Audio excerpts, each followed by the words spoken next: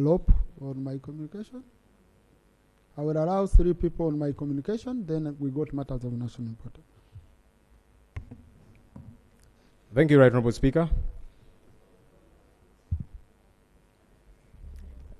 Right Honourable Speaker, in your communication, you have mentioned that this is an election year.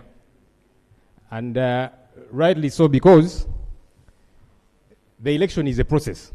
It's not an event, as some people like to think of it, the day of casting the ballot. It's a process which happens beginning with the update of the voters register, all the way to all the other activities, nominations, campaigns, etc., and then eventually voting. Right Honourable Speaker, yesterday, update of the voters register commenced, but with numerous challenges with this very critical exercise, because this is an exercise that is meant to see new voters coming on board, people trying to be sure their details are on the voters register, those that want to make transfers, and so on and so forth. In many places, and I'm sure some colleagues here can attest, many places the process did not commence yesterday. And we are trying to understand why. Did this just fall on the Electoral Commission and they woke up and realized they need to start this process? Their officials were not in many places, including my constituency, many parts of my constituency, which is just a few kilometers from Kampala. I'm now thinking about colleagues who come from far-flung places. Honourable Speaker, there has not been adequate awareness about this process by the Electoral Commission. Yesterday, I was dumbfounded to watch on the news a number of LC1 chairpersons, LC2 parish chairpersons, who did not know about this exercise. And yet the Electoral Commission is meant to do this in tandem with these local officials. In a couple of places, you find they have 1 computer per sub-county. And many of these computers are even faulty. They are not working as should be. Honourable Speaker, I like to think this is a very critical part of the election process. Because like I've said, the election is a process. Would like government to help us understand, are they taking this process seriously? Now that it did not even commence in time as should have, will they extend the time? Because we were actually concerned, thinking the 30 days are not even adequate. Now, it did not even start in time. 20 days, I beg your pardon. The 20 days, in our view, were not adequate, but now the process did not even start in time. Will the time be extended? But the other concern that I do have, Right Honourable Speaker, the process has been made extremely cumbersome, especially for the new voters. They have to get recommendation from GISO, DISO, HISO, FISO, I don't know what. It would make sense for the LC1 chairpersons. That's okay, that's understandable. They need to know the people in their areas and so on. But why all these layers? Somebody has got a national ID. They are known by their LC1 chairpersons.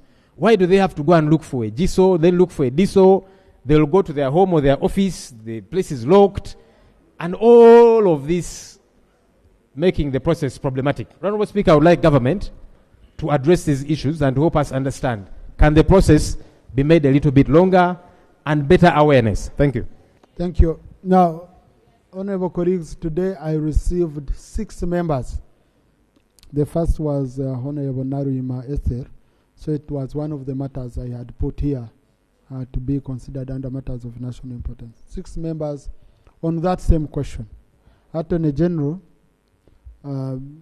come respond, and then I see how best I can guide on this critical question. Thank you very much, Right Honourable Speaker.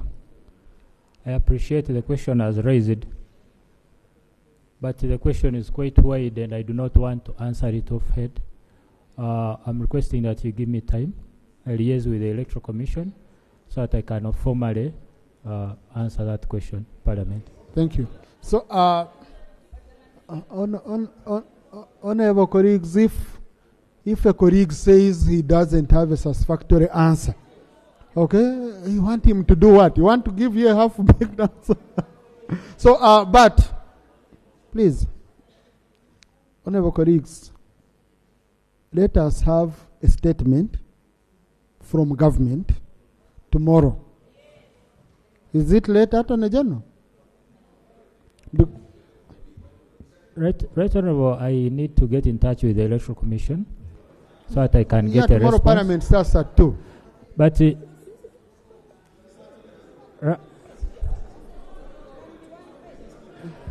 Right Honorable Speaker.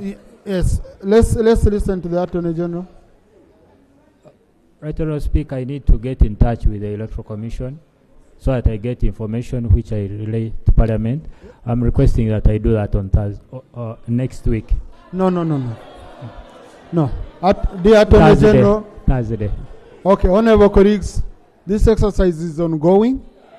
And you see, Government Chief Whip, I had guided ministers that for such exercises, Parliament is a big platform on which you gain prime time, wide coverage.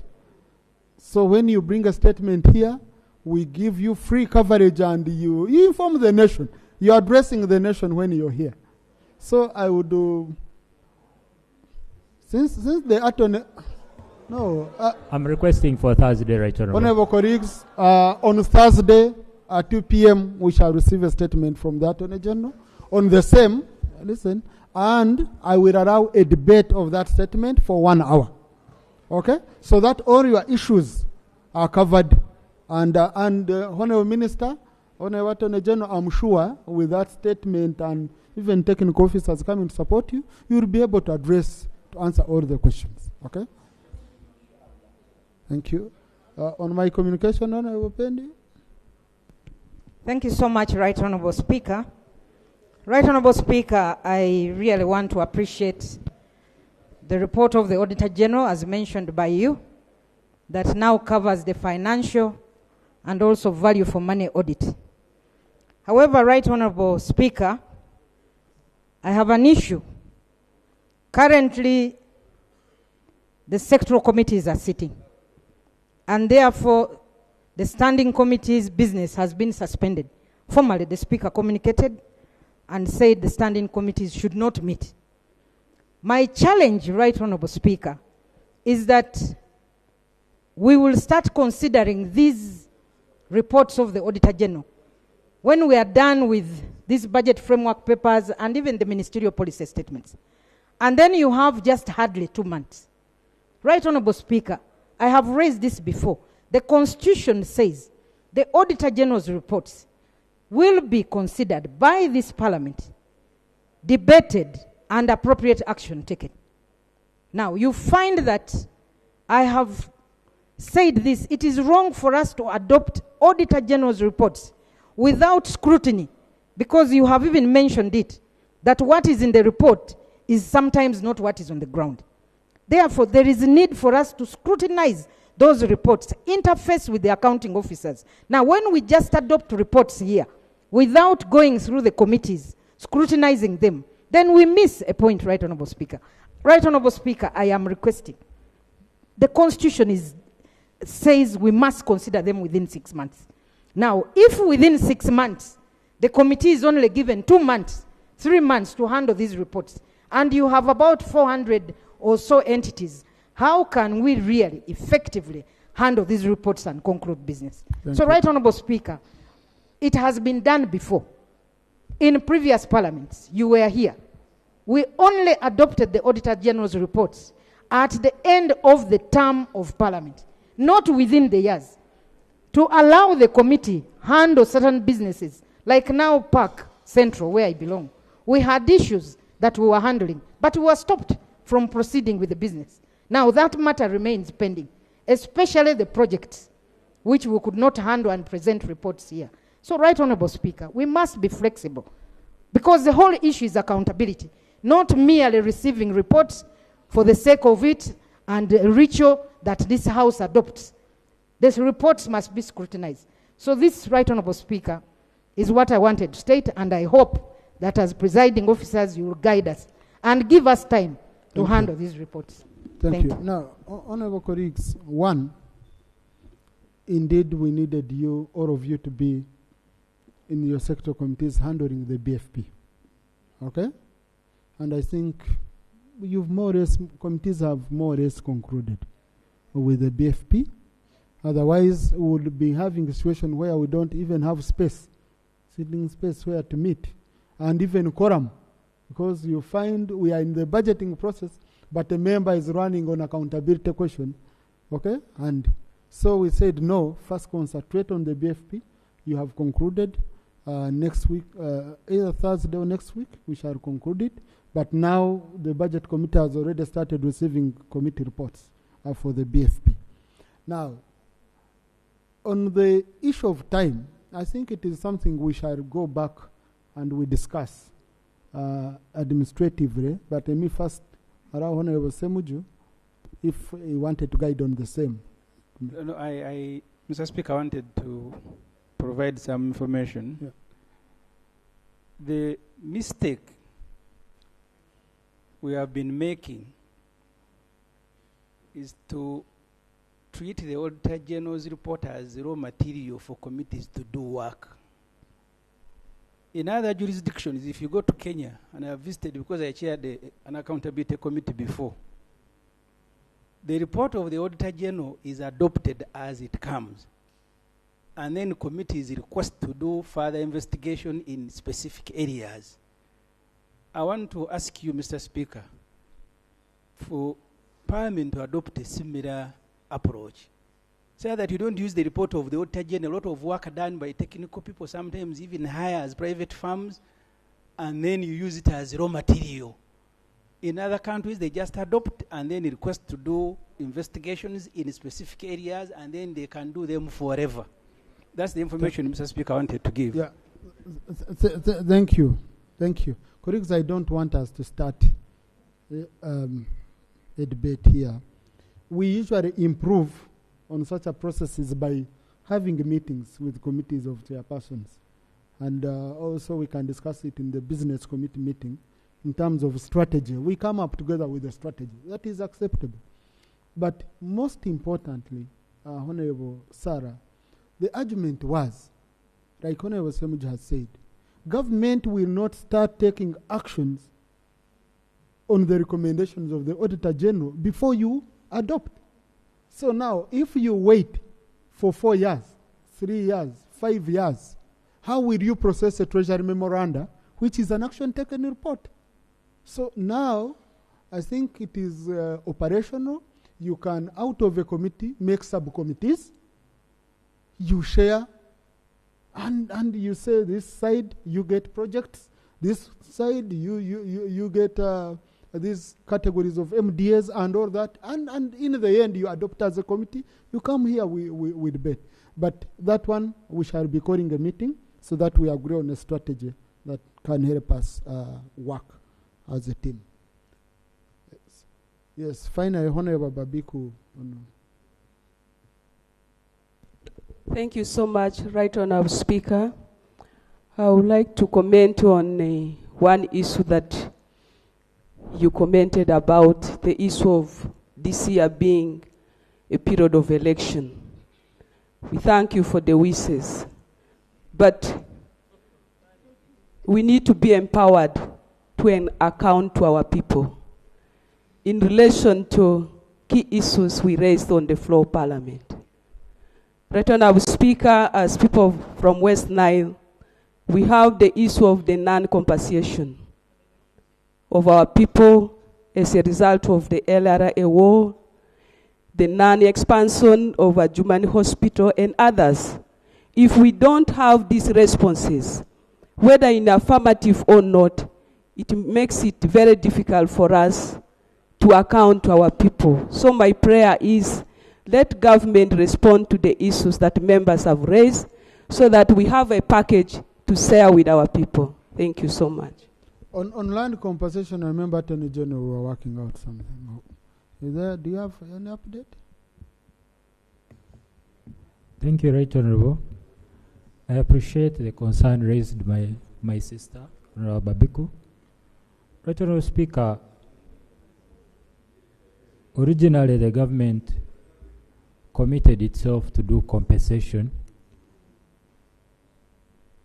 in 3 sub-regions, Acholi, Lango, and Teso. When the exercise started, there was pressure from other sub-regions.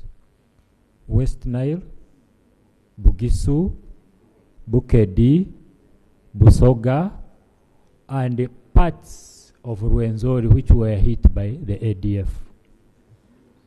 This matter was presented to Cabinet, and a decision was taken that we wait, we first see how the other areas are being compensated, because we would be overwhelmed and government may not be able to appropriately carry that burden. So the idea was that we first do substantial work on the 3 sub-regions, then we would seek guidance from Cabinet and be directed. Thank you. Honorable colleagues, you have power to empower yourself through budgeting process and sector committees. When you are processing municipal policy statements, and this is where we have to be assertive, and we raise these issues. And I'm sure Government Chief Whip has also taken note. It's in a wide perspective, Honorable. Huh? Yes, Honorable Ababiku. Clarification? Also clarification. Let me start with the one who has raided the microphone without my permission. Though he has not spoken. I do not switch on, Right Honorable. Right Honorable, when we had a sitting in Guru, we had a report from the Government Assurance and Implementation Committee on the compensation. That report was read and it was not adopted. We are waiting for that opportunity so that the Parliament will fully debate that report and we come up with a resolution. And in that report, the issues of West Nile, they are included. Thank you. The other parts of the country, they are waiting for our report and that resolution. Right, Honorable Speaker. Clerk, put it on order paper for tomorrow. We have it sorted. Honorable Angura, then Honorable Basarira. Thank you very much, Right Honorable Speaker. Right Honorable Speaker, you've rightly said that we are processing the budget. We have started with the BFP. Very soon we shall go to the ministerial policy statements, and that is where we should be assertive. That is a very good statement. But remember, Right Honorable Speaker, now we are looking at the plans which have come through the BFP. When you look at the column of the unfunded priorities, which will still be translated into the ministerial policy statement, and finally the budget we shall pass, many of the needs that these constituents of yours here, the members here, are focusing on it to achieve as a way of benefit as they return, are in the unfunded priorities. And that will continue up to the... Honorable Rule 8 does not allow me to allow such a debate.